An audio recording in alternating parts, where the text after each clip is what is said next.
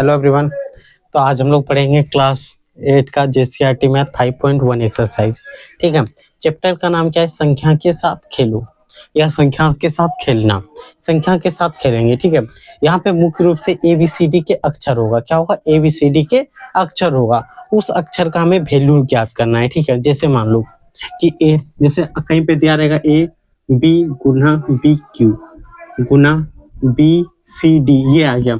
इसमें बोलेगा कि इनका मान ज्ञात करें। क्या बोलेगा कि ये जो अक्षर दिया हुआ, ये क्या हुआ? अक्षर। इस अक्षर का वैल्यू ज्ञात करें। क्वेश्चन में क्या आएगा? इस अक्षर का वैल्यू ज्ञात करें, यही आता है। ठीक है। तो इसके लिए कुछ पॉइंट आपको याद रखना है। किसी भी अक्षर, ठीक है, किसी भी अक्षर का सिर्फ एक ही वैल्यू होगा, एक ही संख्या होगा। पहला चीज आपको याद रखना है कि कोई भी अक्षर हो, ठीक है, कोई भी अक्षर हो, चाहे ए हो, बी हो, सी हो, डी हो, तो एक अक्षर का वैल्यू, मान हमेशा एक ही संख्या होगा। मान एक संख्या होगा। ठीक है। ठीक है। ए बराबर अगर एक है तो अगर किसी भी जैसे ए ऐसे रहा, तो इस वैल्यू का मान अगर 2 है तो ये भी 2 होगा। इसका मतलब ये नहीं कि इसमें अगर एक साथ है तो इसका मतलब 1 और इसका मतलब 2 कभी नहीं होगा। ठीक है। तो याद रखना कि अक्षर जो होगा ABCD, कोई भी अक्षर हो, एक अक्षर का वैल्यू हमेशा एक ही होगा। एक अक्षर का वैल्यू हमेशा क्या होगा? एक ही होगा। जैसे और दूसरा, एक संख्या, कोई भी एक संख्या जो होगा एक अक्षर के बराबर होगा, एक अक्षर के बराबर होगा। जैसे अगर a बराबर 1 आ गया है तो b बराबर भी 1 नहीं आ सकता है। यहाँ अलग कोई आएगा, दोनों का वैल्यू सेम नहीं आ सकता। ये चीज याद रखना। एक संख्या का एक ही अक्षर होगा। जैसे 11 है, ठीक है, मान लो ऐसे 12 है। ठीक है। अब a बराबर 2 है, यहाँ b बराबर भी 2 नहीं हो सकता है। ऐसे ऐसे a बराबर 2, b बराबर 2 नहीं हो सकता है। b के जगह पे कुछ अलग संख्या होगा, कुछ अलग संख्या होगा। ये चीज याद रखना है। ठीक है। तो याद रखो।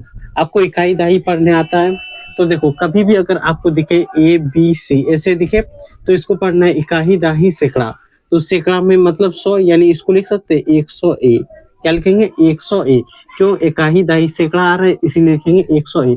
ये कॉन्सेप्ट क्यों सिखा रहे हैं? ये कॉन्सेप्ट आपको बहुत बड़े लेवल में, जैसे कॉम्पिटिटिव लेवल के एग्जाम में बैठते हो तो ये कहीं ना कहीं उपयोगी साबित होगा ये विधि। ठीक है। अब देखो, इकाई दहाई, दहाई का मतलब क्या होता है? 10, तो इसका वैल्यू क्या होगा? 10B ऐसे लिख सकते हैं। और C सिंगल है तो इसको C इकाई में लिख सकते हैं। ठीक है। ऐसे भी हम लोग इसको लिख सकते हैं। ठीक है। जो भी चीज है हम लोग बेसिक से समझेंगे। ये क्लियर हो गया कैसे होता है? अगर ये आपको समझ में आ गया होगा तो आराम से आप बना लोगे। तो देखो, फर्स्ट एक्सरसाइज का पहला क्वेश्चन हम लोग देखते हैं आज। ठीक है। क्वेश्चन नंबर 1 क्या है? देखो, सिंपल क्या है कि P, प्रत्येक प्रश्न में प्रयुक्त अक्षरों का मान ज्ञात कीजिए। इसमें क्या दिया है? प्रत्येक क्वेश्चन दिया है जिसका अक्षर का मान, अक्षर का मतलब ABCD EFG XYZ क ख जो भी रहता है, और ये सारे क्या हुआ? अक्षर हुआ। तो इसी का मान हमें ज्ञात करना है। तो एक का एक नंबर है P बराबर QP। तो हमें बताना है कि कौन सा अक्षर P के जगह पे कौन सा अक्षर बिठाएं कि यहाँ P और Q दो संख्या आ जाए। तो आप समझो कि कौन कौन सी संख्या है जिसका योग करने के बाद वही आता है 3 बार। जैसे हम लोग 3 बार 1 जोड़ेंगे तो क्या आएगा? 3 आएगा। हमें क्या दहाई, इकाई दहाई, 2 संख्या लाना है। तो देखो, 3 जोड़ेंगे, 3 3 3 9 ही आएगा। 3 जोड़ 3 करते हैं, 9 ही आता है। 4 जोड़ेंगे तो हो सकता है। तो देखो, 4 जोड़ 4 जोड़ 4, 4 4 8 4 12 12 आया। तो ऐसा संख्या सोचना है P बराबर, यहाँ भी ये दोनों संख्या बराबर हो जाए। तो हम लोग सोचेंगे P का वैल्यू 5। तो यहाँ पे ऐसे लिख देंगे कि माना P बराबर 5 है। तो यहाँ पे क्या होगा? 5 जोड़ 5 जोड़ 5, 5 5 10 5 15, यानी 5 और 1 यही आया। तो यहाँ पे P है, यहाँ पे Q है। तो यहाँ पे लिखेंगे P बराबर 5, Q बराबर 1। ये हो गया इसका आंसर। ठीक है। इसमें कोई फॉर्मूला है नहीं जिसका आप उपयोग करो। ठीक है। फॉर्मूला जो क्वेश्चन होता है, तो फॉर्मूला का बेसिक मतलब होता है क्या? आपके पास एक स्ट्रक्चर है, उस स्ट्रक्चर में आप बिठा दो और सारा बना लो। तो जो फॉर्मूला वाला क्वेश्चन नहीं होता वो थोड़ा सा टफ होता है। ठीक है। ये थोड़ा टफ लगेगा बहुत जगह, तो इसको छोड़ के भी चलाते हैं, लेकिन छोड़ना नहीं है, ये सीखना है। ये इसका उपयोग आप कंपटीशन की दुनिया में कर सकते हो। ठीक है। अब देखो दूसरा नंबर, एक का दो नंबर क्या दिया हुआ है। अगर आपके पास जेसीईआरटी बुक है तो मिलाते रहना आपको। क्या दिया हुआ है तो देखो, एक 3 1 एक ए 3, अगर जोड़ते हैं तो 5 0 1 आ जाता है। अब बताओ, देखो यहाँ 3 है, 3 में कितना जोड़े कि 1 आ जाए, यही सिंपल सोचना है। 3 है, 3 में कितना जोड़े कि 1 आ जाए, तो आप सोचोगे कि 8 जोड़े, 8 और 3 11 हो जाता है। तो हम लोग यहाँ पे मान लेते हैं कि ए का वैल्यू क्या होगा, 8 होगा। ठीक है, मान लिए। अब यहाँ पे देखो 8 और 1 9, 9 और 1 यहाँ देखो 3 और 8 जोड़ेंगे 11 का 1, हाँ तो 1 बचेगा। यहाँ 1 बराबर 8 माने तो ये भी 8, 8 और 1 9, 9 और 1 हाथ में बचा था 10, 3 1 4 1 5, ये नहीं संभव हो जाता है। तो यहाँ पे क्या लिखेंगे, ए बराबर 8, ए का वैल्यू यहाँ पे क्या होगा 8। ये हो गया इसका आंसर। कोई दिक्कत, ये समझ में आ रहा है आपको? अगर समझ में आ रहा है तो लाइक और सब्सक्राइब जरूर करना है। ठीक है, अब बढ़ते हैं क्वेश्चन नंबर 2 पे। जितना भी क्वेश्चन है सबको आपको अलग अलग विधि से जो भी प्रयुक्त होगा उससे हम आपको बना के दिखाएंगे। अब आ जाते हैं क्वेश्चन नंबर 3 पे।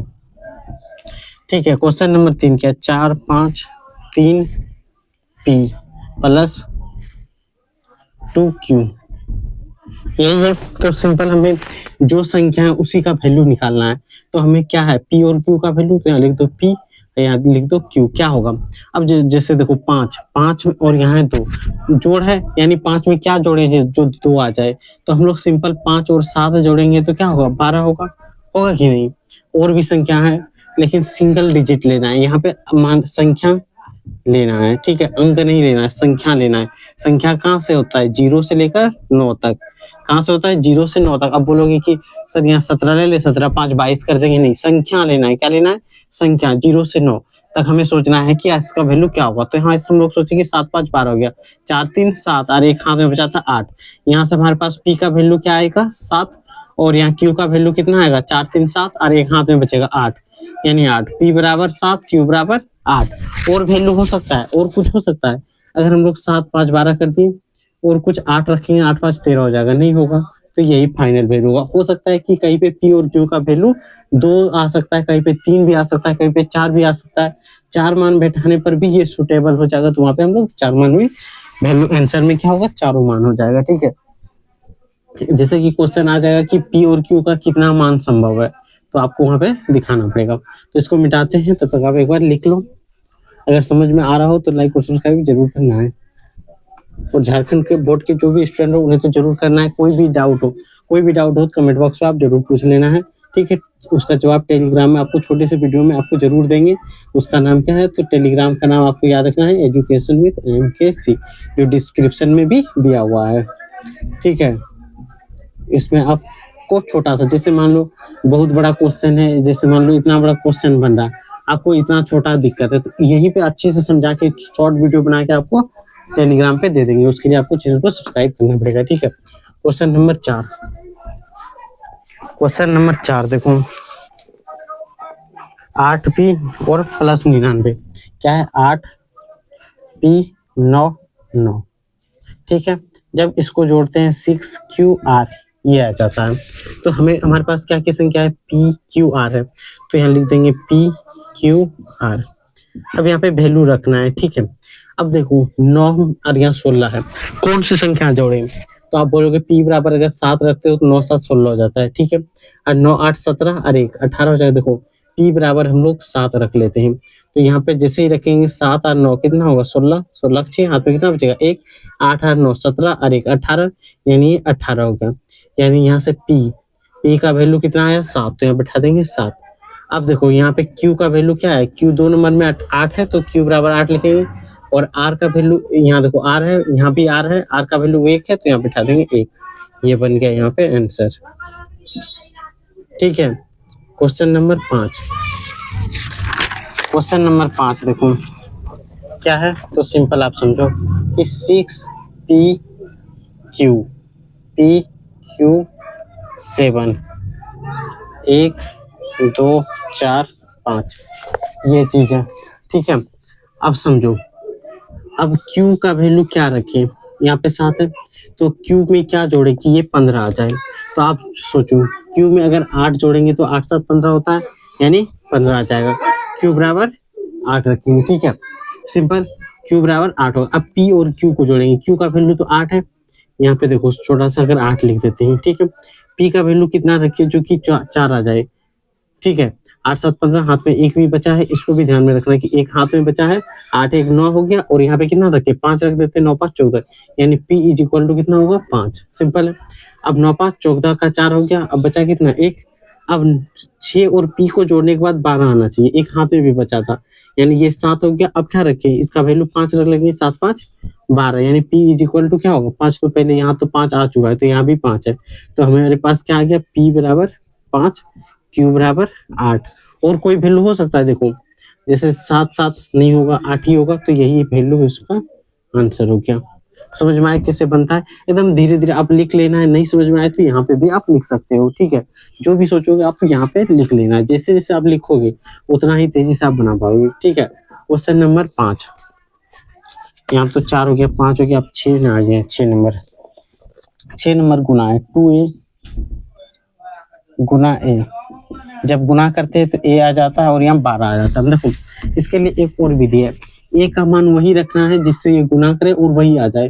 तो देखो 5 गुना 5 करेंगे तो 25 आ जाता है, 6 गुना 6 करते हैं तो 36, यही दो संख्या होगा कि नहीं। अगर a का वैल्यू यहाँ 5 रखते हैं, 5 से गुना करते 5, यानी ये हो जाता है। और फिर 5 गुना 10 करेंगे तो 11, 5 गुना 10 तो 12 हो जाएगा। अगर यहाँ 6 रखते हैं, 6 के 36 के 6 हो जाएगा, हाथ में बचेगा 3, 6 दुना 12 3 15, तो यहाँ पे 12 है, देख लेते हैं एक बार मिला के। हाँ तो 6 दुना क्या होगा 12, हाथ में बचेगा 3 15, यानी 6 का वैल्यू नहीं हुआ, ए बराबर क्या होगा 5 होगा। तो यहाँ पे हम लोग क्या लिखेंगे, ए बराबर 5, इसका वैल्यू क्या आएगा ए बराबर 5। समझ में आया, कोई दिक्कत, अगर कोई भी दिक्कत हो रहा है तो आप बता सकते हो, ठीक है। ए बराबर क्या आएगा वैल्यू 5। दो ही ऑप्शन था, अगर 9 गुना 9 भी करेंगे तो नहीं आएगा, 7 गुना 7 भी करेंगे नहीं, 3 गुना 3 करने के बाद भी नहीं आएगा। तो हमारे पास दो ही संख्या था 5 और 6, जिसको गुना करने के बाद वो स्वयं संख्या